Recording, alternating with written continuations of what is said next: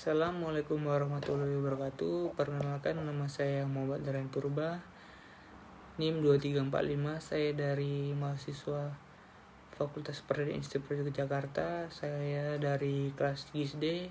Sini saya akan menjelaskan atau melanjutkan tugas dari sebelumnya, yaitu tentang bagian-bagian drone. Nah, langsung saja. Drone ini terdiri dari berbagai bagian-bagian yang saling bekerjasama lah. Masing-masing bagian-bagian drone ini memiliki peran penting dalam mengoperasikan drone dan memastikan drone ini bisa terbang dengan stabil dan aman. Nah, yang pertama yaitu frame atau kerangka. Bagian yang pertama ini perlu diperhatikan karena frame ini merupakan bagian utama dari sebuah drone, karena dialah yang paling berguna untuk menjaga seluruh komponen ini agar tetap terhubung. Karena tanpa frame ini bagian-bagian lain tidak bisa terhubung. Dan pastikan memilih frame yang sangat kokoh dan ringan agar drone bisa terbang dengan stabil. Rangka drone biasanya terbuat dari bahan ringan dan kuat seperti serat karbon atau plastik untuk mengurangi berat, tetapi tahan lama untuk kerangka inilah dan bisa dipakai untuk jangka panjang. Nah, selanjutnya yaitu motor. Motor ini berfungsi sebagai penggerak agar drone ini bisa dapat terbang. Biasanya drone dilengkapi dengan 4 motor, yaitu quadcopter, 6 motor hexacopter, atau lebih tergantung pada desain yang kita inginkan. Motor yang baik harus kuat dan mampu menjaga stabilitas drone saat terbang. Nah, selanjutnya yaitu propeller. Propeller adalah bagian penting untuk menggerakkan drone, karena propeller ini adalah baling-baling yang sangat penting, bagian yang untuk berputar untuk menghasilkan daya angkat drone ini. Karena tanpa baling-baling ini drone ini tidak bisa terbang. Ukuran untuk baling-baling ini mempengaruhi kecepatan dan stabilitas dan daya angkat drone.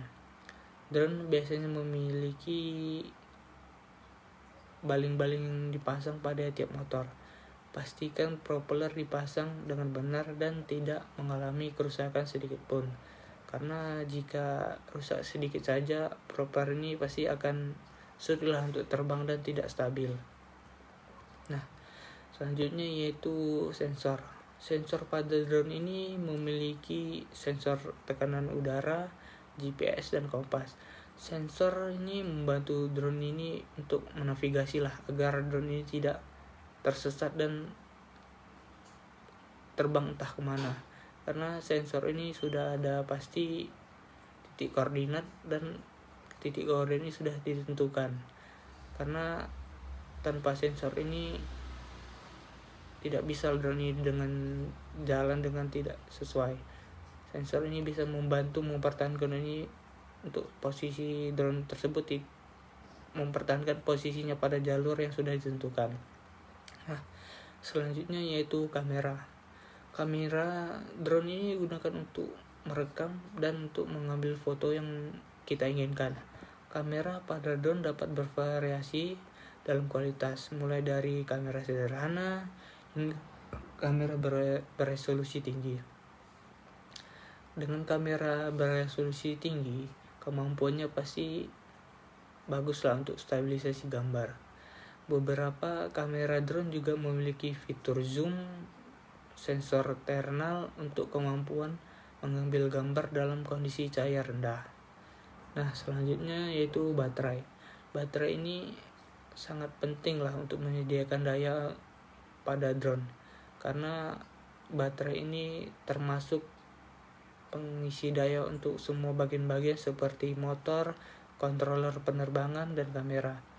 Kapasitas baterai menentukan beberapa lama drone terbang, karena semakin tinggi kapasitas baterai tersebut, semakin lama kita bisa menggunakan drone. Justru sebaliknya, jika semakin rendah baterai tersebut, semakin sedikit kita menggunakan drone tersebut. Nah, selanjutnya itu remote control. Remote control ini merupakan alat yang penting untuk mengendalikan drone karena remote control ini memiliki fitur penting dari sinyal ke remote control dikirim ke penerima pada drone yang kemudian diterjemahkan oleh flight controller untuk menjadi perintah untuk menggerakkan motor dan baling-baling. Sekian, terima kasih.